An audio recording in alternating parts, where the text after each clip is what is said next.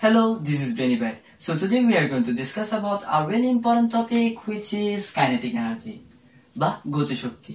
গতিশক্তি টার্মটা সম্পর্কে জানতে হলে প্রথমে আমাদেরকে বুঝতে হবে শক্তি বা এনার্জি কি। Energy is the capacity to do work, অর্থাৎ কাজ করার সামর্থ্যকেই শক্তি বলে। কাজ করার সামর্থ্যকে শক্তি বলে। But the fact is, কাজ কি?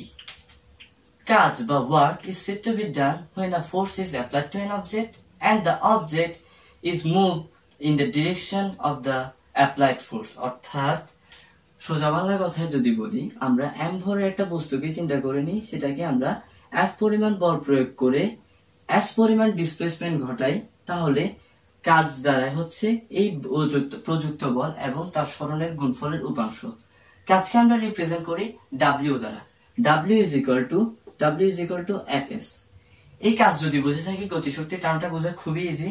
কোনো গতিশীল বস্তুর গতির কারণে যে কাজ করার সামর্থ্য অর্জন করে তাকেই আমরা গতিশক্তি বলি। If an object is in motion, has a capacity to do work because of its motion, this capacity is called kinetic energy। অর্থাৎ সোজা বাংলা কথায় গতির কারণে কোনো বস্তু কাজ করার সামর্থ্য অর্জন করলে আমরা তাকে কি বলবো? গতিশক্তি বলবো। এখন প্রশ্ন হলো, কোন বস্তু গতিশীল কোন বস্তু যদি গতিশক্তি নির্ণয় করতে চাই, তাহলে আমরা কিভাবে নির্ণয় করব? এই গতিশক্তি নির্ণয় করার জন্য খুবই ইম্পর্টেন্ট একটা ফর্মুলা দাঁড়ায়, সেটা হচ্ছে E is equal to half mv²। কিন্তু প্রশ্ন দাঁড়ায়, why E is equal to half mv²?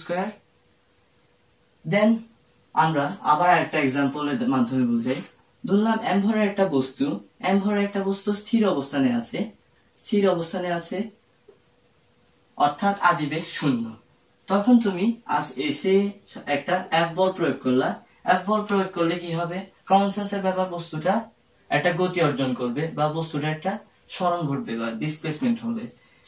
বস্তুটা যদি ডিসপ্লেসমেন্ট হয়, বস্তুটা এই জায়গায় আসে ভিবেগ প্রাপ্ত হইল, অর্থাৎ গতিশীল বস্তুটা ভিবেগ প্রাপ্ত হইলো এবং এই জায়গায় আসা অবস্থায় বস্তুটার সরণ s পরিমাণ হলো।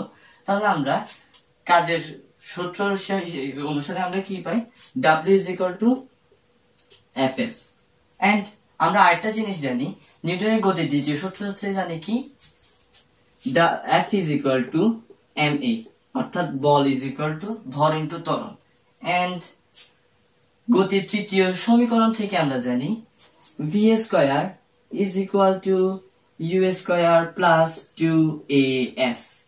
Then we want to find displacement, then we can say s is equal to u² minus v² by 2a.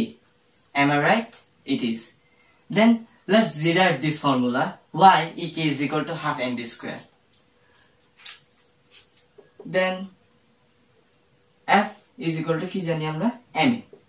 ma into s is equal to কি জানি? u² minus v² by 2a। দেন আমরা জানি যে বস্তুটা স্থির অবস্থানে ছিল। এখন আমরা গতিশীল বস্তু এই জায়গায় গতিশীল ভিবেগ প্রাপ্ত হয়েছে, এই জায়গায় বস্তুটার গতিশক্তি নির্ণয় করতে চাচ্ছি। তাহলে u নাই, u is equal to 0, তাহলে u এর কোনো ভ্যালু নাই। তাহলে আমরা লিখতে পারি ma into v² by 2a। Then a কাটা যায়, তাহলে আমরা কি লিখতে পারি? mv² by 2। দেন এই যে ফর্মুলাটা ডিরাইভ হয়ে যায় যে আমরা এটাকেই লিখতে পারি half mv²। That's it. এটাই হচ্ছে ফিজিক্সের মজা, যে তোমরা যদি কোনো কনসেপচুয়াল বিষয়গুলা খুব ভালোভাবে বুঝে থাকো, তাহলে ফর্মুলা ডিরাইভ করা যায় ইজিলি। আর ফর্মুলা মুখস্থের বিষয় না, তুমি যদি ফর্মুলাটা খুব ভালোভাবে বুঝো, অর্থাৎ ফর্মুলাটা তুমি যদি নিজে ডিরাইভ করতে পারো, তাহলে তো আর কিছু করা লাগবে না। তুমি কোনো বস্তুর গতিশক্তি নির্ণয় করতে চাও, তাহলে কোনো বস্তুর কি লাগবে? ভর লাগবে, which is m। and বস্তুটা গতিশক্তি যেহেতু নির্ণয় করতে চাও, বস্তুটা অবশ্যই গতিশীল হতে হবে, which is v, velocity। Then m এবং v, ওই বস্তুটার যদি ভর আর বেগ জানো, তাহলে খুব সহজেই তুমি গতিশক্তি E is equal to half mv² দিয়ে বের করতে পারবা। and if you're really passionate about this kind of formula derivation or extracurricular activities like Arduino programming and so on, you can be a part of my journey. I'm Nurul Afsan Nabil without any kind of higher qualification or degree. I'm just a student who always curious about to know the unknown. So that's it.